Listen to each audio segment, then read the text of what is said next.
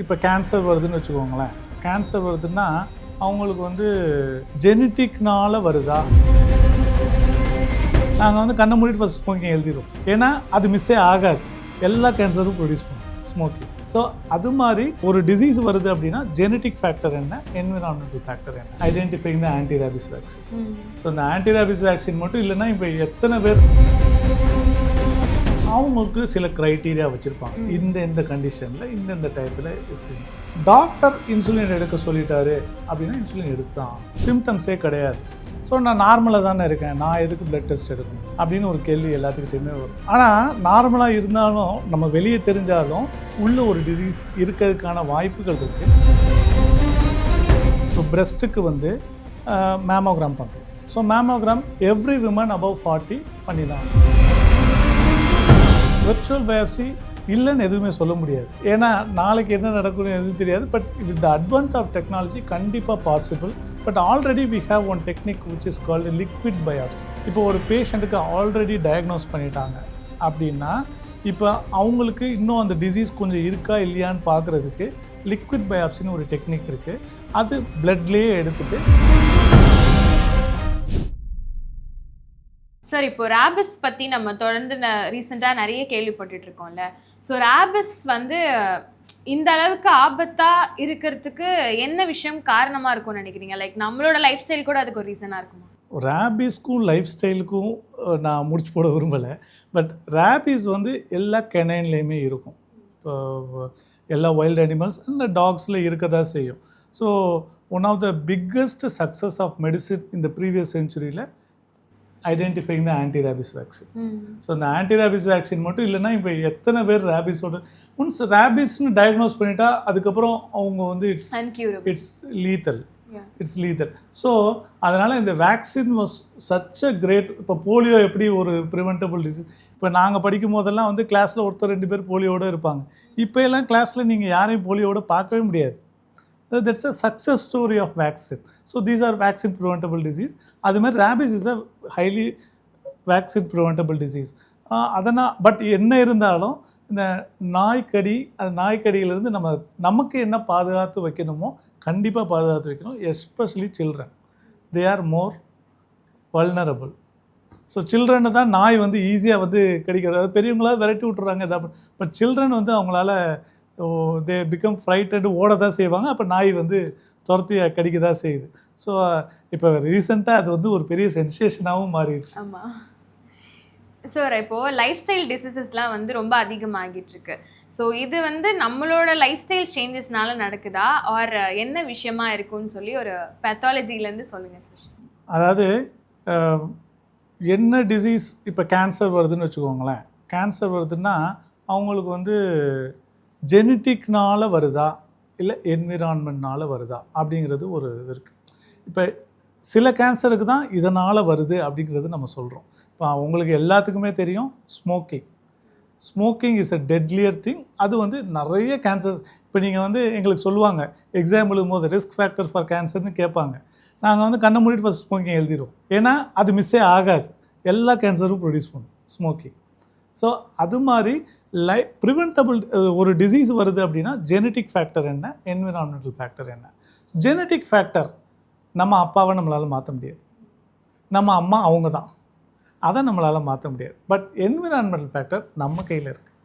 So நம்ம என்ன அதை கரெக்டாக பண்ணி முடிக்கிறோமோ அதுதான் நமக்கு அந்த நோய் வருமா இல்லையாங்கிறத தீர்மானிக்கும்.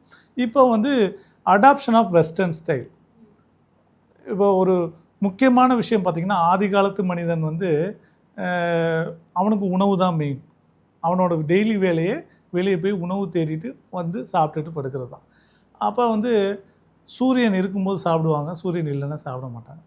அது வந்து ஒரு பெரிய இது. ஆனால் நானும் அதை ஃபாலோ பண்ணுறேன். மேக்ஸிமம் நைட் 6 to 7 நான் டின்னர் முடிச்சுடுவேன். ஸோ அது ஆக்சுவலாக இப்போ ரீசெண்டாக அதை ஃபாலோ பண்ண ஆரம்பித்தேன். 2 இயர்ஸாக ஐ சி எனக்குள்ளேயே என்னால் நிறைய மாற்றங்கள் தெரியுது எனக்கே. அது மாதிரி ஒவ்வொருத்தரும் ஒரு லைஃப் ஸ்டைல் அடாப்ஷன்ஸ் பண்ணுறோம். நிறைய இது வெஸ்டர்னைஸ் பண்ணுறதுனால சில இது தவிர்க்க முடியாதது ஆகிடுது. But as far as possible நம்ம ஒரு ஹெல்த்தி லைஃப் ஸ்டைல் மீட் பண்ணுறது ரொம்ப ரொம்ப important. Most important thing smoking. Second alcohol இருக்குது. And the junk foods. இது எல்லாமே பார்க்குறோம். ட்ரான்ஸ் ஃபேட் இருக்கிற எல்லா பொருளுமே நம்ம உடம்புக்கு கெடுதி தான். சார் வீட்டிலே வந்து இன்சுலின் எடுத்துப்பாங்க டயபெட்டிஸ்க்கு, அது எந்த அளவுக்கு நல்லது சார்? அதாவது எல்லா டயபெட்டிஸ்க்கும் இன்சுலின் எடுங்கன்னு டாக்டர் சொல்ல மாட்டாங்க. எக்ஸ்ட்ரீமில் தான் எடுக்க அவங்களுக்கு சில க்ரைட்டீரியா வச்சுருப்பாங்க. இந்த கண்டிஷனில் இந்த டயத்தில். ஸோ அது நான் டாக்டர் இன்சுலின் எடுக்க சொல்லிட்டாரு அப்படின்னா இன்சுலின் எடுத்தான். ஏன்னா அவர் ஒரு காரணத்தினால தான் சொல்லியிருப்பாங்க. சும்மா யாரும் உங்களுக்கு வந்து இன்சுலின் போடுங்க, ஏன்னா நிறைய ட்ரக்ஸ் இருக்குது, இருந்தாலும் அதை விட்டுட்டு ஏன் இன்சுலின் போட சொல்கிறாங்கன்னா சில சமயம் நமக்கு ஸ்ட்ரிக்ட் கண்ட்ரோல் தேவை. இப்போ ஃபார் எக்ஸாம்பிள் டயபெட்டிஸ் பேஷண்ட்டுக்கு சர்ஜரி பண்ண போன டயத்தில் சுகர் வந்து பயங்கர கண்ட்ரோலில் இருக்கணும். அப்போ வந்து நம்ம ஓரல் இதனால் நம்ம கொடுக்கவே முடியாது. அப்போ இன்சுலின் தான் பண்ணி ஆகும். ஸோ அந்த மாதிரி டயத்தில் இன்சுலின் எடுத்துக்கிறது தான் பெட்டர். இப்போ பை நியூயர் அட்வான்சஸ் இன்சுலினே ஓரல் இன்சுலின் கூட இப்போ வர ஆரம்பிச்சிருக்கு. பட் இன்னும் ஃபுல் டைம் மார்க்கெட்டில் வரலை, பட் வர ஆரம்பிச்சிருக்கு. We are going into that phase. Cancer பேஷண்ட்ஸ்லாம் வந்து ஆஃப்டர் அவங்க லைக் ஓகே நம்மளுக்கு கேன்சர் இருக்குது அப்படின்னு தெரிஞ்சுக்கிட்டதுக்கப்புறம் தொடர்ந்து வந்து மந்த்லி திருப்பி நம்ம ஒரு பயோப்சி எடுத்துகிட்டே இருக்கணுமா, இல்லை அவங்க ஒன்ஸ் எடுத்து தெரிஞ்சதுக்கப்புறம் அவ்வளோதானா சார்? இல்லை, கேன்சர்னு ஒரு டயக்னோஸ் வந்ததுக்கப்புறம் நான் சொன்ன மாதிரி ஆங்காலஜி டீம் போயிடுவாங்க. ஸோ எப்பயுமே ஆங்காலஜி வந்து டீமாக தான் செய்வாங்க. யாரும் இண்டிவிஜுவலாக வந்து ட்ரீட் பண்ண மாட்டாங்க. அது வந்து சர்ஜிக்கல் ஆங்காலஜிஸ்ட்னு ஒருத்தவங்க இருக்காங்க, ரேடியேஷன் ஆங்காலஜிஸ்ட்னு ஒருத்தவங்க இருக்காங்க, மெடிக்கல் ஆங்காலஜிஸ்ட்னு ஒருத்தவங்க இருக்காங்க. ஸோ 3 பேர் பெத்தாலஜிஸ்ட் உட்காந்துருப்பாங்க, ரேடியாலஜிஸ்ட்டும் இருப்பாங்க அந்த டீமில். ஸோ இது ஒரு டீம். ஸோ இது வந்து oncology treating team. Okay, tumour போர்டுன்னு ஒன்று வச்சுருப்பாங்க. அந்த டியூமர் போர்டில் தான் இந்த பேஷண்ட்டுக்கு பெத்தாலஜி வைஸ் நாங்கள் இருக்குதுன்னு போட்டுருவோம். அதுக்கு இந்த ஸ்டேஜ் இருக்குதுன்னு ரேடியாலஜிஸ்ட் சொல்லுவாங்க. ஸோ என்னென்னா ரேடியாலஜிஸ்டோட அட்வான்டேஜ் என்னென்னா, இப்போ நீங்கள் எல்லாருமே பெட் ஸ்கேன் ஒன்று பார்த்துருப்பீங்க. ஸோ பெட் ஸ்கேனில் என்ன இதுன்னா, இப்போ நாங்கள் வந்து பயாப்சியில் இந்த டிசீஸ்னு சொல்லிவிடுவோம். அது உடம்புல தலையிலேருந்து கால் வரைக்கும் வேறு எங்கெல்லாம் இருக்குது இல்லைங்கிறத வச்சு தான் ஸ்டேஜ் முடிவு பண்ணும். ஸோ ஒரு கேன்சர் வருது அப்படின்னா கேன்சருங்கிறது ஃபஸ்ட்டு. செகண்டு கேள்வி கேட்க வேண்டியது what stage. Stage 1 4. So 1 to 4 எல்லா டிசீஸ்க்குமே உண்டு. 4னா உடம்பு ஃபுல்லாக இருக்குதுன்னு அர்த்தம். 1னா அந்த இடத்துல மட்டும்தான் இருக்குது, ஈஸியாக முடிகிற மாதிரி இருக்குது. அதுக்கடுத்து செகண்ட் வந்து கிரேடுன்னு சில விஷயங்கள் சொல்லுவோம். கிரேடுங்கிறது பெத்தாலஜிஸ்ட் பார்க்குறாரு. ஸோ ஒரு கேன்சரில் இது வந்து லோ கிரேடா ஹை கிரேடா அதையும் பெத்தாலஜிஸ்ட் தான் பார்த்து சொல்லுவான். ஸோ இந்த 3 விஷயங்கள் கண்டிப்பாக ஒரு கேன்சரில் ட்ரீட்மெண்ட் வைஸில் கண்டிப்பாக they will take in to care. அதை வச்சு தான் அவங்க என்ன டிசைட் பண்ணுவாங்கன்னா, இதுக்கு வந்து இந்த பேஷண்ட்டுக்கு சர்ஜரி பண்ணுவோம், சர்ஜரி பண்ணியோட போதுமா, இல்லை சர்ஜரிக்கு அப்புறம் அவங்களுக்கு அந்த இடத்துல ரேடியேஷன் வைக்கணுமா, இல்லை இவங்களுக்கு மெடிக்கல் ஆங்காலஜி ட்ரக்ஸ் ஏதாவது தேவைப்படுமா, கீமோதெரப்பி தேவைப்படுமா அப்படிங்கிறத டோட்டலாக டிசைட் பண்ணுவாங்க. பட் இப்போ வந்து ஒரு பேஷண்ட்டுக்கு ஃபுல்லாக க்யூர் ஆகிடுச்சு, எல்லாமே முடிஞ்சிருச்சு, திருப்பி அதே இடத்துல ஏதாவது ஒரு கட்டி வருது இல்லை அந்த மாதிரி ப்ராப்ளம் வரும்போது தான் பயாப்சி ரிப்பீட் பண்ணுவாங்க. உண்டான டவுட் இருக்கும்போது தான். ஒரு பேஷண்ட்டுக்கு இப்போ கேன்சர் வந்திருக்கு, ட்ரீட்மெண்ட் பண்ணி முடிச்சிட்டோம், 2 மாதத்துலேயே திருப்பி வருதுன்னா மோஸ்ட்லி அந்த கேன்சர் தான் அங்கே வந்திருக்க போகுது. ஸோ அந்த கேரக்டரிஸ்டிக்ஸ்லாம் வச்சு பார்த்துட்டு அது ஓகேனா வில் டிசைட். பட் இல்லை நமக்கு டவுட் இருக்குது, இது வேறவா இருக்கலாம், இல்லை இது ஏன் வந்து இப்போ கண்ட்ரோல் ஆக மாட்டேங்குது அப்படின்னு தெரிஞ்சுக்கலாம் அப்படிங்கிறதுக்காக திருப்பி வேணால் பயாப்சி பண்ணலாம். At most of the time it will be once only the biopsy. Sir ஜென்ரலாக நம்ம வந்து பிளட் டெஸ்ட் எடுக்கிறது, லைக் நம்ம பாடி என்ன கண்டிஷனில் இருக்குது அப்படின்றது தெரிஞ்சுக்கிறது எந்த அளவுக்கு இம்பார்ட்டன்ஸ் சார்? நான் சொன்ன மாதிரி இப்போ சுகரு, தைராய்டு, இந்த மாதிரி டிசீஸ், இப்போ கொலஸ்ட்ரால், இதுக்கெல்லாம் வந்து சிம்டம்ஸே கிடையாது. ஸோ நான் நார்மலாக தானே இருக்கேன், நான் எதுக்கு பிளட் டெஸ்ட் எடுக்கணும் அப்படின்னு ஒரு கேள்வி எல்லாத்துக்கிட்டையுமே வரும். ஆனால் நார்மலாக இருந்தாலும் நம்ம வெளியே தெரிஞ்சாலும் உள்ளே ஒரு டிசீஸ் இருக்கிறதுக்கான வாய்ப்புகள் இருக்குது. ஸோ நம்ம ஏர்லியராக அதை கண்டுபிடிக்கிறதுக்கு blood test is the only way. அதனால் ரொட்டீன் ஹெல்த் செக்கப்ஸ் பண்ணிக்கிறது better. So every 6 months or every 1 year பண்ணிக்கிறது. எஸ்பெஷலி இப்போ கேன்சர் ஸ்பெசிஃபிக் ஹெல்த் செக்கப்ஸ் நிறையவே இருக்குது. ஃபார் எக்ஸாம்பிள் இப்போ பிரெஸ்ட்டுக்கு வந்து மேமோகிராம் பண்ணுறோம். So mammogram every women above 40 பண்ணி தான் ஆகும். அண்ட் இப்போ ஃபேமிலி ஹிஸ்ட்ரி இருந்துச்சுன்னா இன்னும் கொஞ்சம் ஏர்லியர் ஏஜ்லேயே பண்ண ஆரம்பிக்கும். அதேமாதிரி வயசான ஆண்களுக்கு வந்து ப்ராஸ்டேட் கேன்சர் வர வாய்ப்பு இருக்குது. அதை ஈஸியாக முன்னாடியே கண்டுபிடிக்கிறது பிளட் டெஸ்ட் ஒன்றே போதும். பிஎஸ்ஏன்னு ஒரு டெஸ்ட் இருக்குது, அது ஹெல்த் செக்கப்பில் எல்லாத்துலேயுமே இன்க்ளூட் பண்ணியிருப்பாங்க. நீங்கள் எனி மென் above 50 yearsனால் ஹெல்த் செக்கப்னா பிஎஸ்ஏவும் இன்க்ளூட் பண்ணியிருப்பாங்க. அந்த பிஎஸ்ஏ டிடெக்ட் பண்ணுறது எதுக்குன்னா ப்ராஸ்டேட் கேன்சர் இருக்கா அப்படின்னு பார்க்குறதுக்கு. ஸோ அது ஹெல்த் செக்கப் பண்ணிக்கிறதுனால நமக்கு நம்ம ஒன்று நல்லா தான் போயிட்டுருக்கா அப்படிங்கிறத பார்ப்போம். இப்போ ஒரு வண்டி போகுது, நம்ம இப்போ எங்கேயாவது ஒரு லாங் ட்ரிப்பு போகிறோம், நம்ம always we want a long trip இல்லையா? லாங் ட்ரிப் வேணும்னா லாங் ட்ரிப் போகிறதுக்கு முன்னாடி நம்ம எப்படி வண்டியை சர்வீஸ் பண்ணுறோம்? சர்வீஸ் விட்டுட்டு கரெக்டாக இருக்கான்னு செக் பண்ணிட்டு தானே போகிறோம். இல்லாமல் நம்ம போகிறது இல்லையே. ஸோ ஒரு வண்டிக்கே அப்படி இருக்கிறப்ப நம்ம எத்தனை பாடி பார்ட்ஸ் இருக்குது, ஸோ அதெல்லாம் செக் பண்ணுறதுக்கு கண்டிப்பாக health checkup is very important. Sir, final question என்னன்னா, ஃப்யூச்சரில் வந்து விர்ச்சுவல் பயாப்சி வரதுக்கு வாய்ப்பு இருக்கா? விர்ச்சுவல் பயாப்சி இல்லைன்னு எதுவுமே சொல்ல முடியாது. ஏன்னா நாளைக்கு என்ன நடக்கும்னு எதுவும் தெரியாது. But with the advance of technology கண்டிப்பாக பாசிபிள்.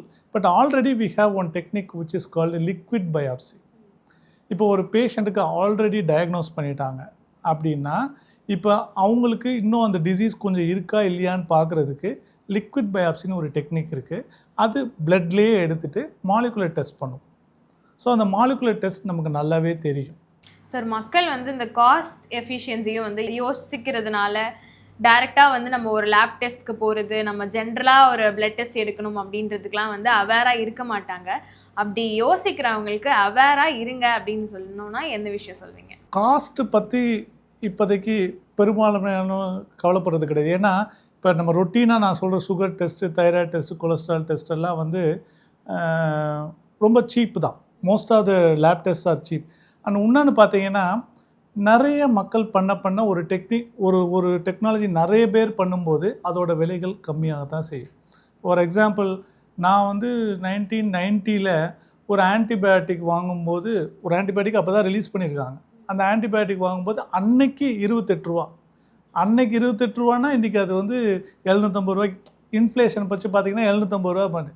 பட் இன்னைக்கு அந்த மாத்திரையோட விலை வந்து 5 ரூபா இன்னைக்கு. ஓகே. ஸோ அதே விலையிலே அது 28 ரூபாலே இருந்து, இப்போ தங்கம் விலை அன்னைக்கு என்ன விலை இன்றைக்கி என்ன விலை அப்படி கனெக்ட் பண்ணுறவங்களுக்கு இப்போ இன்ஃப்ளேஷன் வைஸ் கேரக்டரைஸ் பண்ணால் கூட இது எல்லாத்தையும் தவிடுபடி ஆக்கிடும். ஸோ வென் டெக்னாலஜி நிறைய பேர் யூஸ் பண்ண டெஸ்ட் நிறைய பேர் பண்ணும்போது விலை குறையதான் செய்யும். ஸோ ஆனால் any test when it comes first அதோட விலைகள் கொஞ்சம் ஜாஸ்தியாக தான் இருக்கும். பிகாஸ் நேச்சுரலி பேட்டன்ட் இஷ்யூ இருக்கும், ரிசர்ச் பண்ணவங்களோட இஷ்யூஸ் இருக்கும். அதை அவங்க இது பண்ணுறதுனால இனிஷியல் டெஸ்ட் விலை கூட தான் இருக்கும். பட் ஆனால் வருஷங்கள் போக போக அதோட எஃபிஷியன்சி நமக்கு தெரிஞ்சிடும்.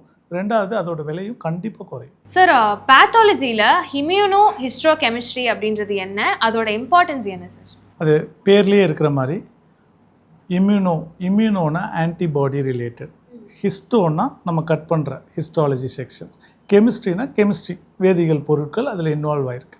ஸோ இப்போ நம்ம மைக்ரோஸ்கோப்லேயே ஒரு டிசீஸ் பார்க்குறோம், மைக்ரோடோஸ்கோப்லேயே டிசீஸ் பார்த்துட்டு அதுக்கப்புறம் இப்போ நீங்கள் நிறைய பேர் பார்த்துருப்பீங்க, பிரெஸ்ட் கேன்சர் ரிப்போர்ட் பார்த்துருந்தாலே தெரிஞ்சிருக்கும். அதில் வந்து ஒரு 4 டெஸ்ட்டு கண்டிப்பாக பண்ணியிருப்பாங்க. ஈஸ்ட்ரோஜன் ரிசெப்டார், இஆர் அப்படின்னு சொல்லுவாங்க, ப்ரொஜெஸ்ட்ரான் ரிசெப்டார், அப்புறம் HER2 நியூ, அதுக்கப்புறம் KI67, இந்த 4 மார்க்கரும் கண்டிப்பாக அதில் பண்ணியிருப்பாங்க. இது என்னன்னா, இதெல்லாம் இம்யூனோஹிஸ்டோகெமிஸ்ட்ரி மார்க்கர்ஸ். ஸோ இம்யூனோஹிஸ்டோகெமிஸ்ட்ரி மார்க்கர்ஸ் வந்து நமக்கு நிறைய விஷயங்களில் நமக்கு ஹெல்ப்ஃபுல்லாக இருக்கும். அதை இம்யூனோஹிஸ்டோகெமிஸ்ட்ரி ஜென்ரலாக எதுக்கு யூஸ் பண்ணுறோம் அப்படின்னா, ஒன்று வந்து நம்மளோட டயக்னோசிஸ், சில சமயம் இந்த செல்லா அந்த செல்லான்னு கேட்குறதுக்கு இதை போட்டு பார்ப்போம். போட்டு பார்த்தா நமக்கு தெரியும் இந்த செல் எடுத்துருந்துச்சு அப்படின்னா. இம்யூனோஹிஸ்டோகெமிஸ்ட்ரி எல்லாமே ப்ரௌன் கலரில் தான் தெரியும். பாசிட்டிவ்னா ப்ரௌன் கலர், ஸோ ப்ரௌனிஸ்ன்னு அவங்க சொல்லுவோம். ஸோ அந்த ப்ரௌன் கலரில் இருக்கிறது இப்போ எடுத்துருந்துச்சுன்னா அது பாசிட்டிவ், அது எடுக்கலைன்னா நெகட்டிவ். ஸோ இதை வச்சு நம்ம என்ன நிர்ணயிக்கிறோம் அப்படின்னா, ஒன்று வந்து டயக்னோஸ் பண்ண உதவும். ரெண்டாவது சில மார்க்கர் வந்து ப்ரொக்னோசிஸ்னால் இந்த கேன்சர் எந்த ட்ரீட் பண்ணக்கூடியதா ட்ரீட் பண்ண முடியாததா அப்படிங்கிறது தெரியும். மூணாவது வந்து தெரனோஸ்டிக்ஸ்னால் என்னென்னா, இப்போ கல்ச்சர் டெஸ்ட் நிறைய பேர் கேள்விப்பட்டிருப்பீங்க. கல்ச்சர் பார்த்துட்டிங்கன்னா இந்த பாக்டீரியாவுக்கு வந்திருக்கு, இந்த பாக்டீரியாவுக்கு அவங்க ஆன்டிபயோட்டிக்ஸ்லாம் போட்டு பார்ப்பாங்க. அதில் இந்த ஆன்டிபயோட்டிக்ஸ்லாம் அதில் ஒர்க் ஆகலைன்னு அதிலேயே சொல்லிவிடுவாங்க, சென்சிட்டிவ் ரெசிஸ்டன்ட்டுன்னு சொல்லி. அதே மாதிரியே இந்த கேன்சர் செல்லில் நம்ம அந்த மருந்துக்குரிய ஆன்டிபாடி மாதிரி இருக்கிறத ஒன்று போட்டு பார்ப்போம். அதில் எடுத்துருந்துச்சுன்னா அந்த ஆன்டிபாடியை அந்த கேன்சர் எடுத்துக்கும். ஸோ அந்த ட்ரீட்மெண்ட்டை நம்ம பண்ணலாம். இப்போ நிறைய பேர் கேள்விப்பட்டிருப்பாங்க, பிரெஸ்ட் கேன்சரில் ட்ரான்ஸ்டுசுமேப்னு ஒரு ட்ரக் இருக்குது. அந்த ட்ரக்கு வந்து யாருக்கு கொடுப்பாங்க, இந்த HER2ங்கிறது நல்ல பாசிட்டிவாக இருந்துச்சுன்னா அவங்களுக்கு இந்த ட்ரான்ஸ்டூசிமாப் நல்ல எஃபெக்டிவாக இருக்கும். ஸோ அந்த ட்ரீட்மெண்ட் ரொம்ப யூஸ்ஃபுல்லாக இருக்கும். சார் நிறைய விஷயங்கள் ரொம்ப பியூட்டிஃபுல்லாக பகிர்ந்துக்கிட்டீங்க. Thank you sir. தேங்க்யூ.